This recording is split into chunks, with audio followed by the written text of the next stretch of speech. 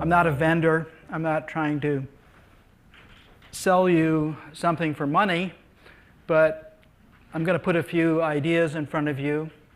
And I view my job here as first to get us to lunch in a reasonable time.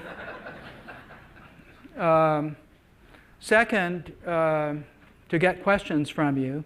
Some of these we'll do at lunch, but I'm going to go against the people who invited me here, and I'm going to solicit questions at any time, because otherwise I could have just made a video and we could do some sort of conference call for the questions. That's not what I want. And then the third part is to put a few ideas in front of you that might get the questions to be important for you. And I was asked to talk about simplicity, and there's some interesting paradoxes there, but first I'd like to deal with a metaphor about ideas. And the question is, are ideas made out of ponderable matter?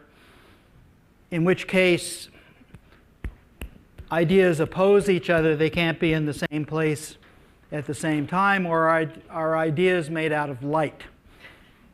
In which case, we can have any number of ideas in the same place at the same time. We don't have to choose between them. And sometimes even the color changes can be very suggestible. Similarly, are ideas things or are they processes? So I'm going to take the right-hand side view here and put a bunch of things in front of you, some of which may seem somewhat paradoxical. In fact, the yikes curve here, this is a curve everybody knows in this room, represents quite a bit of the last maybe 100 years, but certainly for most of you, the time that you've been in your career. There's always some exponential happening, and at any given point in time, represented by the vertical line there, there's a yikes factor.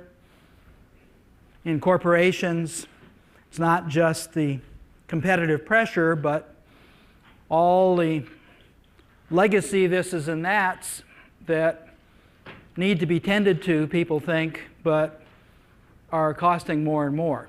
In fact, they're costing so much in the realm of software that corporations have actually been unwittingly destroying the very agencies that could help them. Namely, corporations are telling universities that they need people who are experts in programming in this language or that language. All of those languages are completely obsolete, but they happen to be the ones that your legacy software is written in. And because universities have decided to turn themselves into businesses, they're feeling the pressure from businesses because they want to get money from the businesses. And so the businesses are actually undermining their own future because you're systematically killing off the people who might actually come up with much better software solutions. Remember 50, 60 years ago when I started, most corporate software is written in machine code. Somebody had to invent the higher level languages that were good for a few years. Unfortunately, we're still using them. One's basically from the 60s. Things have to be reinvented over and over again. And the other thing about the yikes curve is the actual complexity part of the yikes might be a lot lower. Might actually be a tiny part of the yikes, and perhaps we could call the other part of it from that nice little thing down there up to where the yikes is, we could call that complications. So complications are basically noise, bad technique, old technique, human bumbling, inability to get on learning curves, you name it. It's a whole bunch of factors.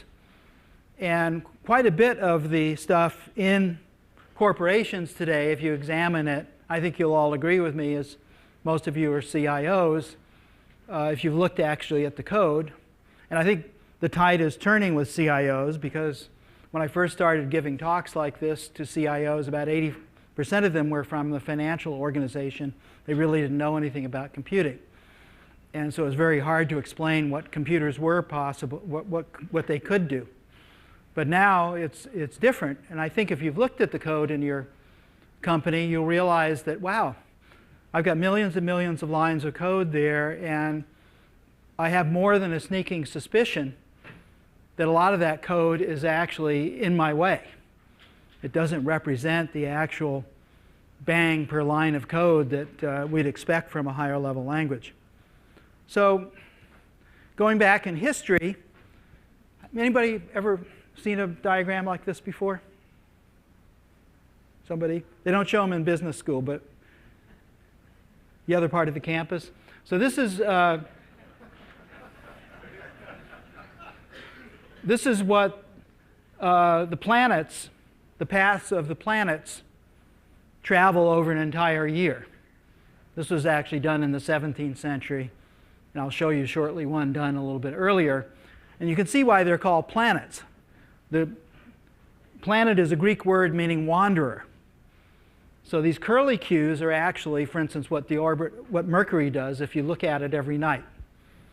It will come into view and it will go this way across the sky, but then all of a sudden it will come back, going in the opposite direction. And you can see why it's hard to do astronomy if you have two moving things in orbits going at different speeds and viewing each other at different times of the year. Very, very hard to understand what's actually going on.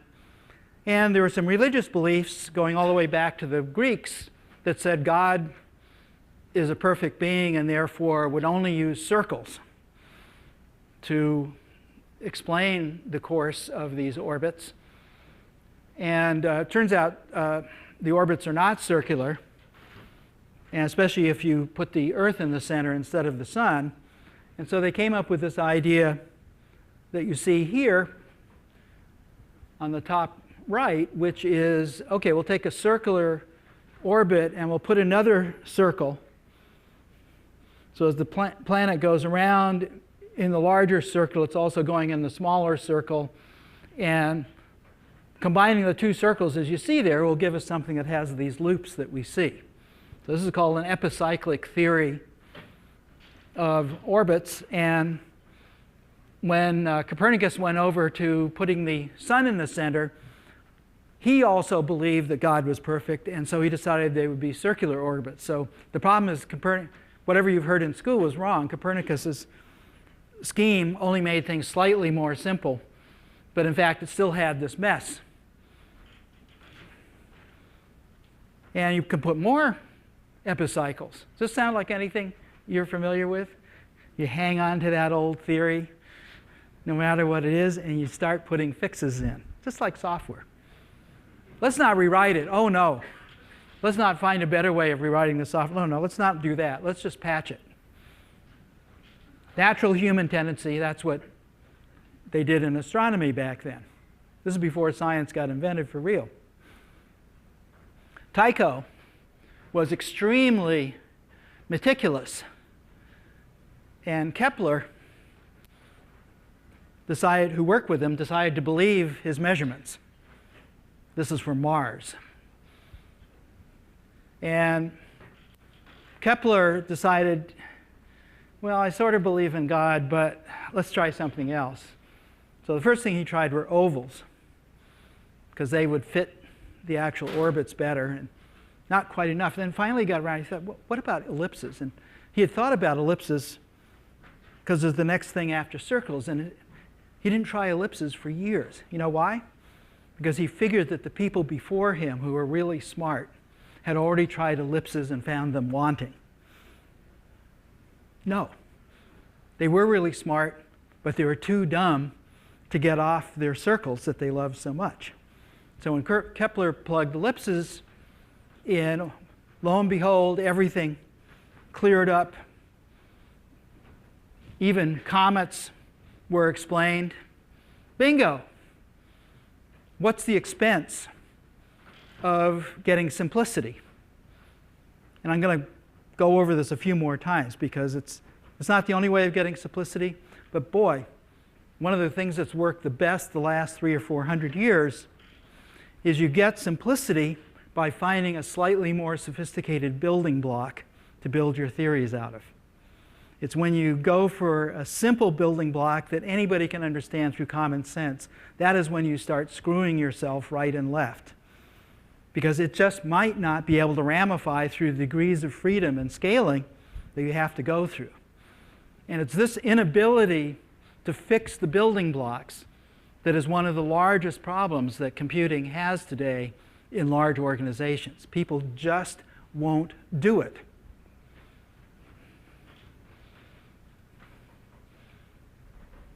Okay, why won't we do it? Well, one of the things is that our brains were set up for dealing with about 100 people at a time, living by our wits, hunting and gathering, and dying in the same world we were born into for hundreds of thousands of years. There's no concept of progress in our genes. We just don't have it. But like all animals, we have an enormous set of genetic apparatus to make us good copers.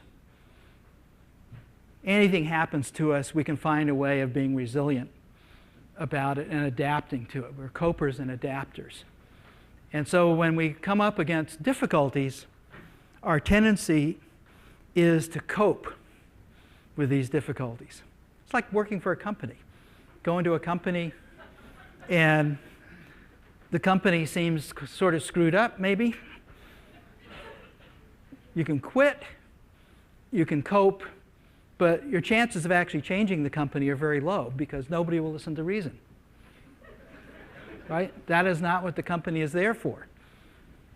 They are there for their A task. And this is something that Engelbart, the inventor of the mouse, pointed out years ago, that companies are devoted to their A task, which is what they think they're about.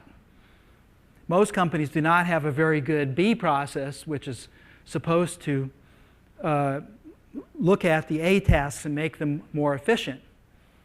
But almost no companies have a C process which questions the tasks.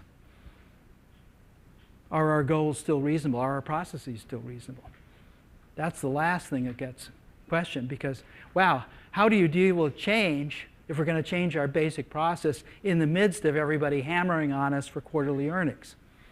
So this is a huge, huge problem, and yet it can be done. It's just one rarely sees it. So here's an old model from the 19th century of memory, which actually in the 21st century has come back as a pretty good one, as a metaphor anyway. So the idea is that rain comes down on the ground and there's little irregularities randomly there. And at some point those irregularities will be a little more responsive to the rain and a little channel will form. And the channel acts as an amplifier. And so wherever that channel got started, it starts funneling lots more water through it. Other water is draining into it, and all of a sudden it starts cutting deeper. And you get these gullies. And you get down into these gullies, you have to remember to look up because everything down there in this gully is kind of pink. You could think that the world is pink. And in fact, if you get into a real gully, one of my favorites is the Grand Canyon. By the way, that's only 100 million years of erosion to get the Grand Canyon. It's relatively recent. You get into one of these things, and the enormity of what you see outwards dwarfs what you can see if you look up, if you've ever been on one of these things. You're just in a different world. It's a pink world. You don't think about climbing out of it. You think about moving along in it. And so I'm going to take that gully world and flatten it out. Here's our pink world. And let's take human thought as being like an ant. And that ant can move all over this two-dimensional world. Our world to us is basically two-dimensional. Maybe a sphere to larger beings, but for us it's basically flat. And we can move all over it. We can make plans. We can encounter obstacles. We can solve those problems and get around them. So in this two-dimensional world here, we have all the paraphernalia of living and thinking. And if we grew up in that world, we don't know it's pink. Right? Because that's all there is. That is the background color. It's the thing we are least interested in because it's the most constant thing. But every once in a while, you might have a little blue thought. Could be waking up in the morning, taking a shower. But remember, we grew up in this world. We went to church. We have parents going to school. Pink. Pink is what the reality is. But every once in a while, you get a kerpow. That kerpow is out of that world. It's actually an escape from that world. And in the old days, when people had one of these, they would start a new religion. Because how many people have had a kerpow of any kind? Like, the technical word for a kerpow is holy shit. How many people have had a, come on, how many people have had a holy shit? Holy shit. Where does it come from? So the subjective sense we have is we didn't have that thought. Something put that thought into our head. It just happened. So of course, if you don't have science and you're not wired to check out the kerpows, it seems to come from the heavens. Okay, so we dip into another world. This world, let's call it a blue world, blue plane world. And there are three things here. This explains why we have trouble making progress. If we treat our beliefs as reality, then how sane is blue? The answer is, well, it's not sane. Sanity is relative to the things we believe are true. So the first thing is you've immediately turned yourself into a crackpot for a few nanoseconds. And that's one of the fists that comes down and squashes you back out into the pink world. I don't want to be crazy. Second one is when you're trying to explain this idea to somebody else, they really have to go through a similar process. This is probably the most difficult thing about an age of invention like the one that we live in. The inventors invention is actually relatively easy with the right kind of funding. So the problem is getting something, is essentially pulling other people into a blue world, given that the blue world isn't really completely nutty. And then the third idea is that the blue plane is also a gully. So they have a half-life. So each one of these things, salvation. 20 years later, it's the albatross around your neck, right? And so anytime a company does something successful, and you can talk to corporate executives about it, they really think it's like they invented something really important.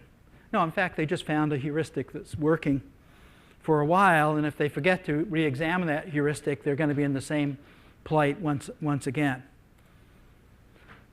So this is a real picture. It's not, the sign says, do not touch any of these wires.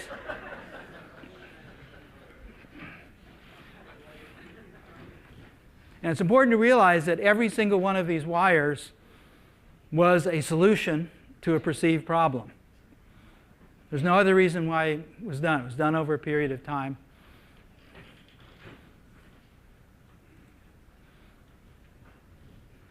This is related to this idea. You know, anybody can make a doghouse. You can make it out of almost anything, matchsticks even. You can make it out of cardboard. You can make it out of just about anything. Maybe toothpicks. You might have to take some care. Nothing to it. But let's try and just scale that doghouse by a factor of 100. So now it's about 150 feet high. It's tiny compared to the Superdome, but that doghouse will just fall in on itself. Completely. Has no structural integrity. And the reason is that when you double a solid, the mass goes up by a factor of 8. And the strength in simple materials like wood and beams and stuff has to do with the area. It's like the strength in our muscles. This is why gymnasts are small. They're small because they can have relatively large muscles, they have short muscle arms, and they weigh quite a bit less. That's why a grasshopper can jump 100 times its own length and we can't. They have the same kind of muscle fibers as we do.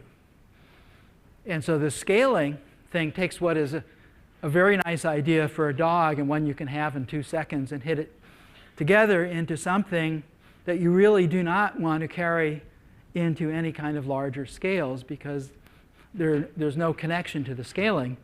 And if we come back to what we can do without special knowledge, we wind up with an Egyptian pyramid. It's the only big thing you can build without knowing how to build, which is just a big garbage dump and plastered over with limestone, so it looks good.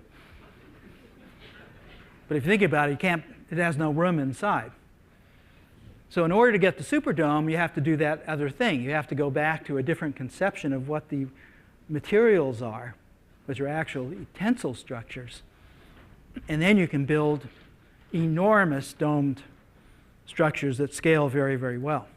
So if we come back to this tangle, I just put software in here. It could be anything. The result of incremental problem solving. So this research community I came out of, Advanced Research Projects Agency in the 60s, and then Xerox PARC, which was an outgrowth of it. Basically, it was a bunch of small number of people who had big ideas who did not have big resources. They didn't want to give up their ideas, and so they were faced with this dilemma, is that they could not handle. They wanted to build a network that would go over the entire world. It was called the Intergalactic Network, back before it was called the Internet. And they could not use any technique that Bell Telephone, AT&T used, because it didn't scale. Just completely out of the scope. And finally, in the 60s, one of the organizing insights was, hey, computers are virtualizers. That's what universal Turing machine means. What that means is, forget about wires. You don't need no stinking wires. What we need to do is to understand how to organize systems as virtual entities, and we can render some of them in hardware and we'll render some of them in software. But in fact, everything winds up being something like a single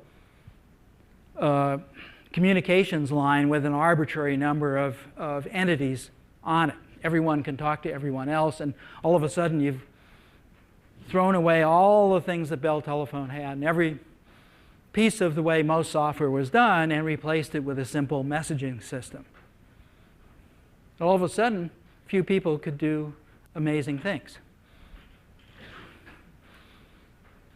So this is an example. I'll bring this up again a couple of times, but basically you need to solve the context. You need to solve the Grand Canyon problem. Most people are rewarded in school for solving problems. When was the last time your child or you were rewarded for finding a problem? You found a new problem? We've got too many already. Right? Whereas in fact, finding what the real problem is the big deal. And people will fight you every step of the way. They'll fight your kids in school every step of the way if they're a problem finder type. Don't let the teachers hurt them. Most problems are bogus because they come out of the current context. We're trying to get beyond the current context. So forget about problem solving. It's just a bad heuristic. It's the last thing you do. And so you get these leaps. So here's a leap out of the context of the 20th century, mid-20th century, which is a gear kind of thing. Everything is closely articulated. The interfaces are very tightly bound, et cetera, et cetera. The problem is you can only make a thing with about 1,000 gears in it before it seizes up. You just can't get the tolerances good enough. Does that sound like software? Just can't do it. But when you go to biology, we have 100 trillion cells in our body. Each and every body in here has about 100 trillion cells. Okay, I'm going to ask the audience a question. You haven't asked me one yet. But the question I'll ask is, who knows how many of these 100 trillion cells in our body have our DNA in them? Okay, predominant answer is all of them. Anybody else got an opinion? So it turns out only 10% of them. Only 10 trillion of those 100 trillion cells have our DNA. The other 90 trillion, 9/10 of the cells in our body are slime. And that slime has, people have been counting the species of microorganisms, you know, bacteria. E. coli is one of them. That should have been a clue. E. coli has its own DNA, which is very different from ours. So at last count, I went on the internet the other night to see, was getting close to 25,000 different species of microorganisms, most of which we have no idea what they're doing inside of us. And they're about 1/2,000th the size of our regular cells, so the 90 trillion cells of slime is about a basketball size of stuff all over us everywhere. That ought to make you feel better about lunch. But the point is, nobody's come close to building anything with 100 trillion parts or 1 trillion parts without, the only things we know that actually work with that many parts are biological things. Something to think about. And that gave us researchers back then a kind of a unified vision. Everything, this is a self-portrait of the internet after we built it. But this is the image. Hey, everything is like this. This is a biological model. We can't scale and have central control. Big problem with companies. They start off like families with a head of the family.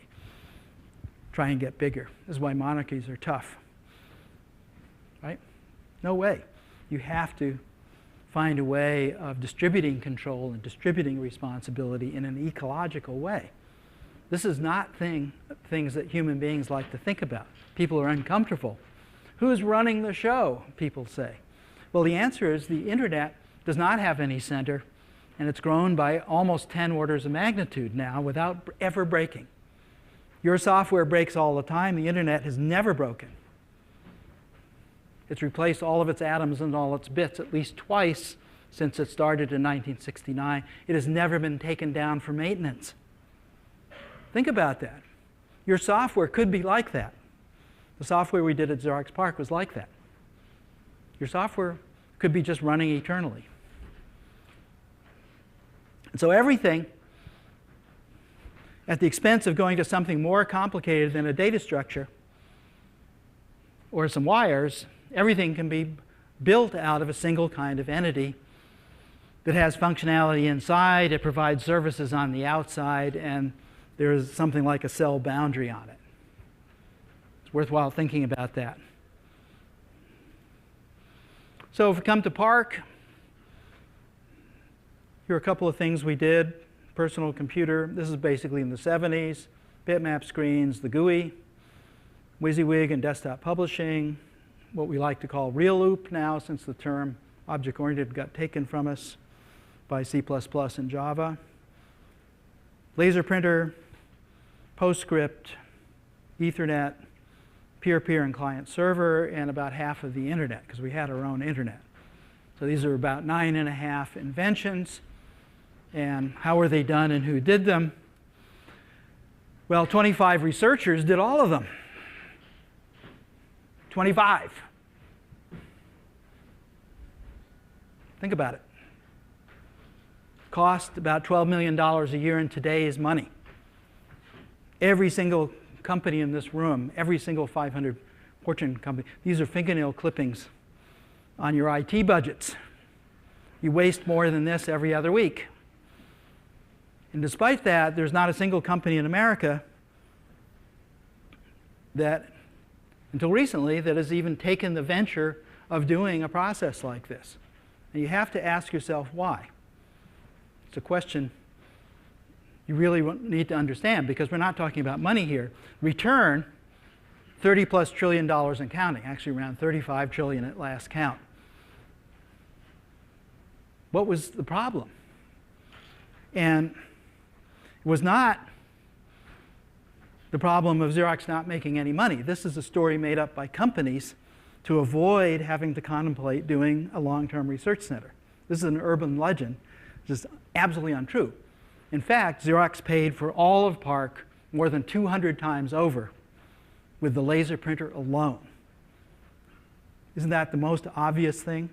How many billions have they made? The big problem with Xerox is they only wanted to make billions. And that's the problem with most companies. Because when you're doing this kind of stuff, you're actually in the $1 trillion range, and no company has ever been able to step up to the plate. And just one other point, because I'll get to it in a second, again, is that of all of these inventions, we had to have all of them. We had to do all of them. But the one that reached this stuff out to everybody was probably the GUI, because it is the meeting ground between people who don't know computer speak and what the computer can do. So it is the thing that allowed this to go out to multiple billions of people now. Okay, so you guys are mostly CIOs, so I don't ask you this question, but when I meet a CEO, I always ask them, are you going to be in business in 10 years and prospering? What do you think they say? And they look kind of like that.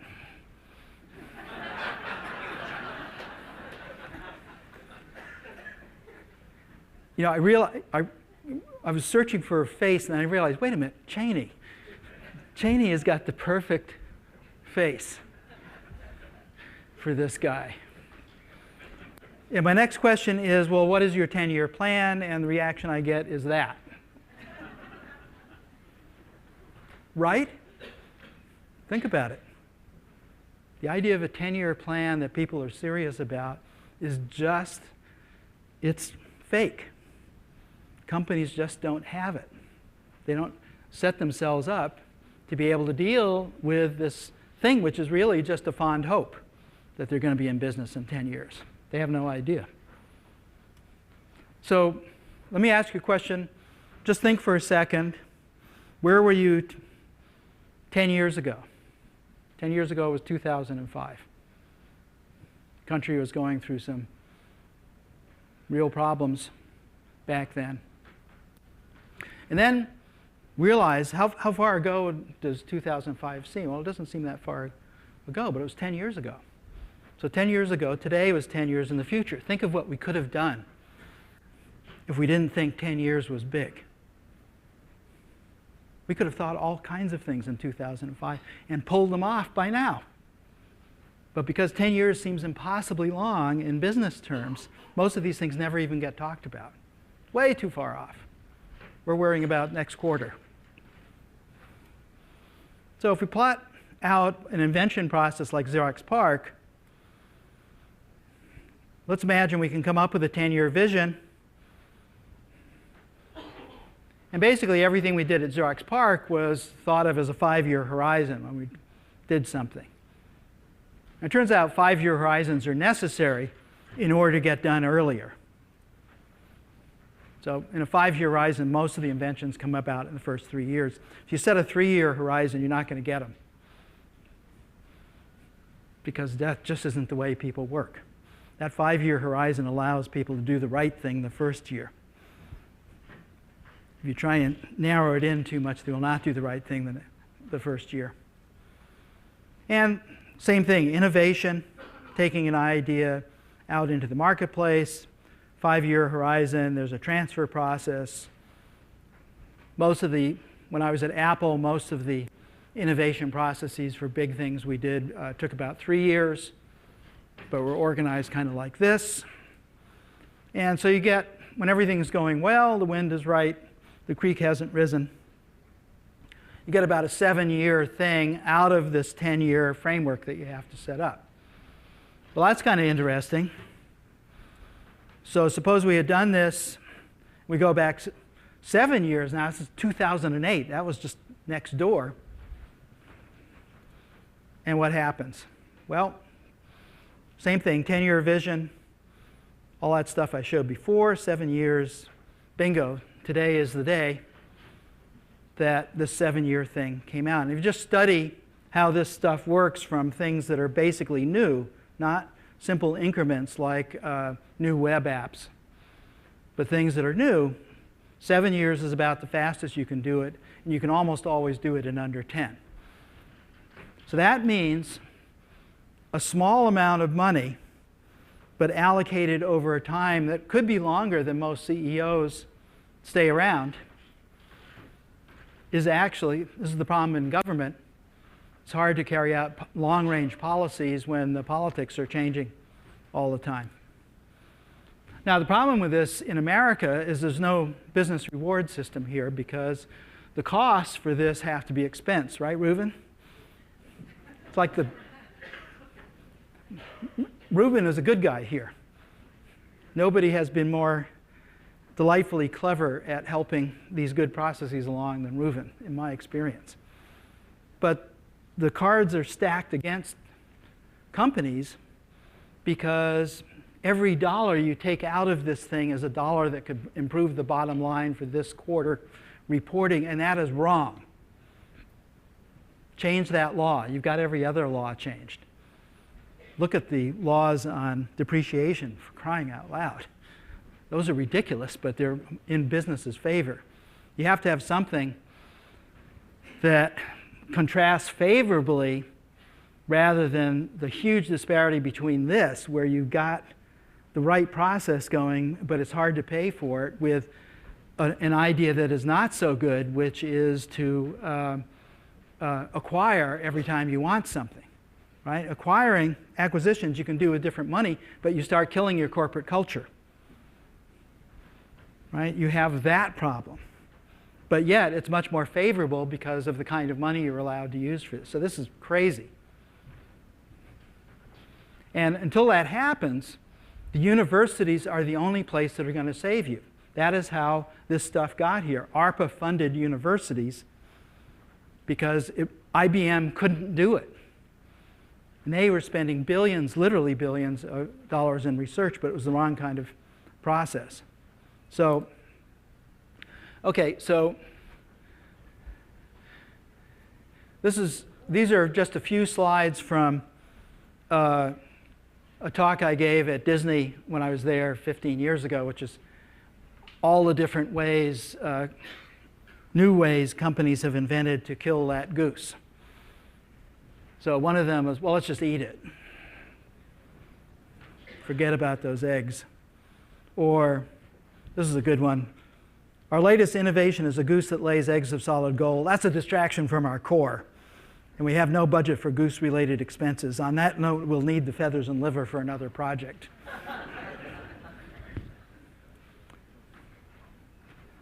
Only one gold egg every 12? Or, I want gold coins. This is a Disney one. I want gold coins rather than golden eggs. Or I want platinum eggs. No, you can buy platinum with the gold from these eggs. Make the goose a manager. Give the goose a deadline. Require the goose to explain to you how they're going to make the next egg. Every one of these. This is just at the level of ridiculousness that's going on. They're missing the point that nobody who does these kind of worries has ever laid a golden egg. It's not their business to deal. What their business is to count those golden eggs after they get laid. Okay, so I'm going to wind up here. Yeah, I'm going to wind up here just giving you an example of a process that we used all the time back in the 60s and the 70s, and we still use today. And there are enough, I always look at the reflection from the heads in the room. So if there's a lot of reflection, it means there's white hairs and no hairs. And what that means is there are a fair number of people who still remember who Wayne Gretzky was, right? Yeah. Greatest hockey player who ever lived. And he had a couple of neat ones. One was, you miss 100% of the shots you don't take. You're asking, why are you the greatest hockey player in the world? He only weighed like 160 pounds. He was tiny compared to the rest of these. But his best one was the good hockey players go to where the puck is, and great hockey players go to where the puck is going to be. And he didn't mean tracking the puck. He meant get to that place in the rink where somebody can pass you the puck that you can shoot a goal. He was better at anybody at knowing where that place would be, and his teammates would feed him, and bingo. And so the 30-year Wayne Gretzky game is to have a glimmer of an idea, take it out 30 years where there's no possibility of incrementally worrying about how am I going to get from where I am now to this idea. Right? That is the idea killer of all time. How is this incremental to the present? And the answer is, forget it. Don't worry about now. The present is the least interesting time to live in. So, a little glimmer of an idea I had, and the sentence would be, it would be ridiculous if we didn't have, so I had a little idea about children.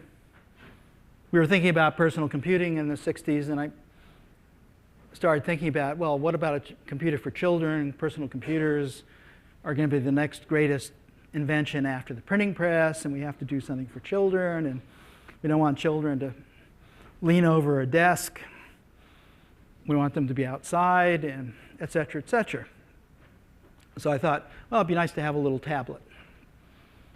And in this scenario, they are actually learning about orbital dynamics at age 12 from having written a little version of Space War themselves, and the two computers are communicating by wireless.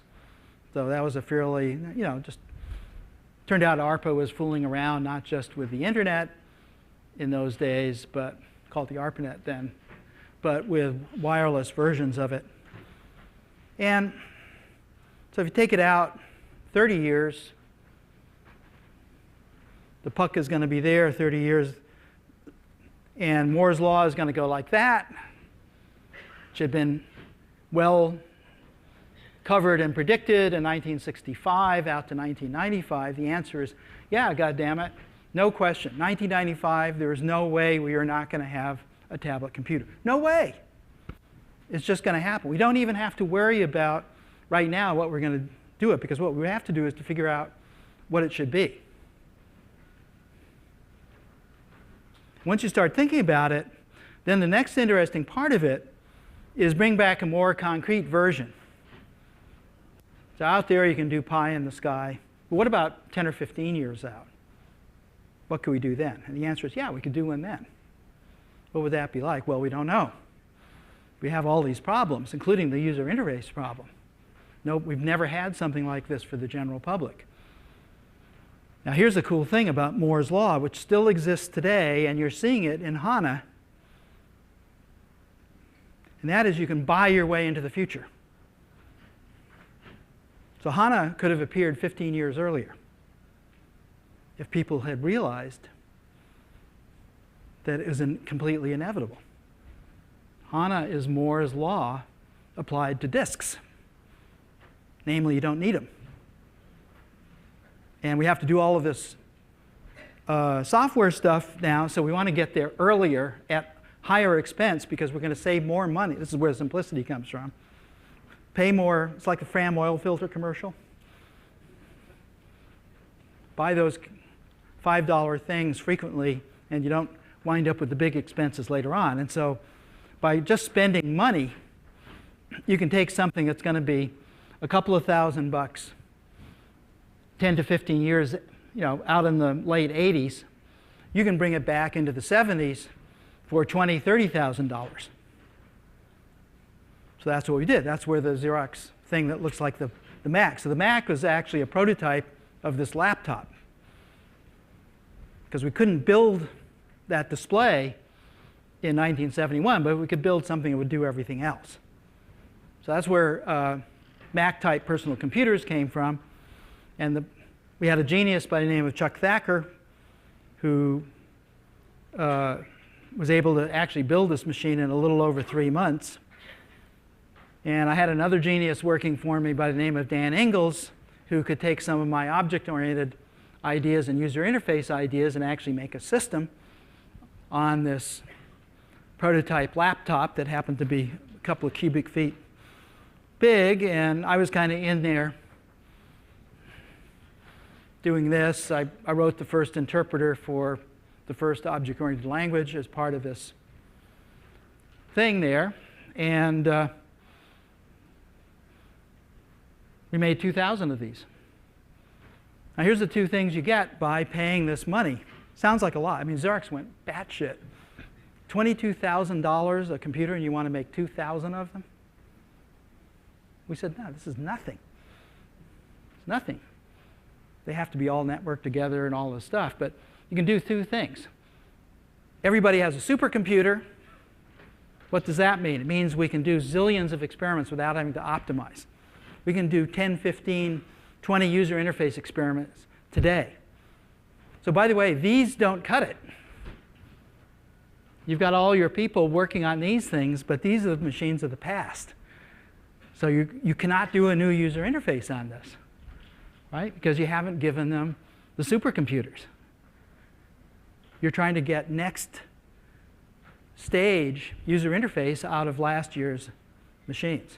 And the other thing you can do is if you do optimize, then you can make far future apps. And we made quite a few of them. The most famous one is Microsoft Word, which was actually made in 1974.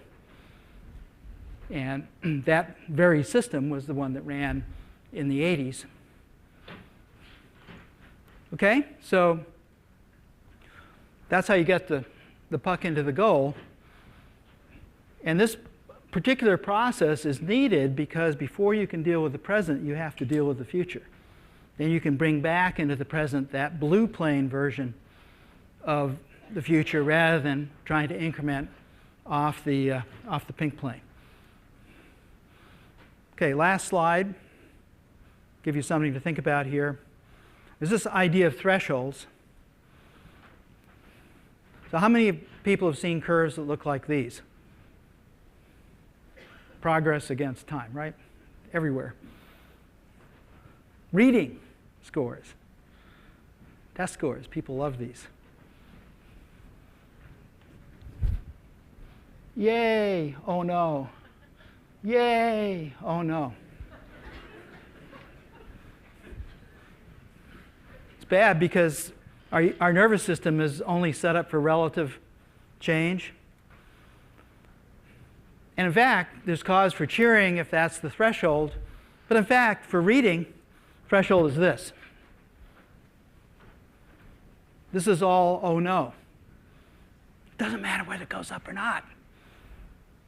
Because there are many, many things where you have to get to the real version of the thing before you're doing it at all. In the 21st century, it doesn't help to read just a little bit. You have to be fluent at it. So this is a huge problem. And once you draw the threshold in there, it immediately converts this thing that looked wonderful into a huge qualitative gap. And the gap is widening. And we have two concepts that are enemies of what we need to do, perfect and better. Right? So better is a way of getting fake success. We had improvement. You see it all the time. It's the ultimate quarterly report. We had improvements here. And perfect is tough to get in this world. So both of those are really bad. So what you want is what's actually needed. And the exquisite skill here, which I'm going to use these two geniuses, Thacker and Ingalls, to labor it. I'm going to call that the sweet spot. The way you make progress here is you pick the thing that is just over that threshold, that is qualitatively better than all the rest of the crap you can do. You can spend billions churning around. And once you do that, you widen up. You give yourself a little blue plane to operate in. And for a while, everything you do in there is something that is actually going to be meaningful and will not just bring lots of money. I mean, money you get automatically out of doing this stuff even reasonably well. But the best thing you get out of this stuff is a way of enabling people to think about the situation that they're in better and not be overwhelmed with it.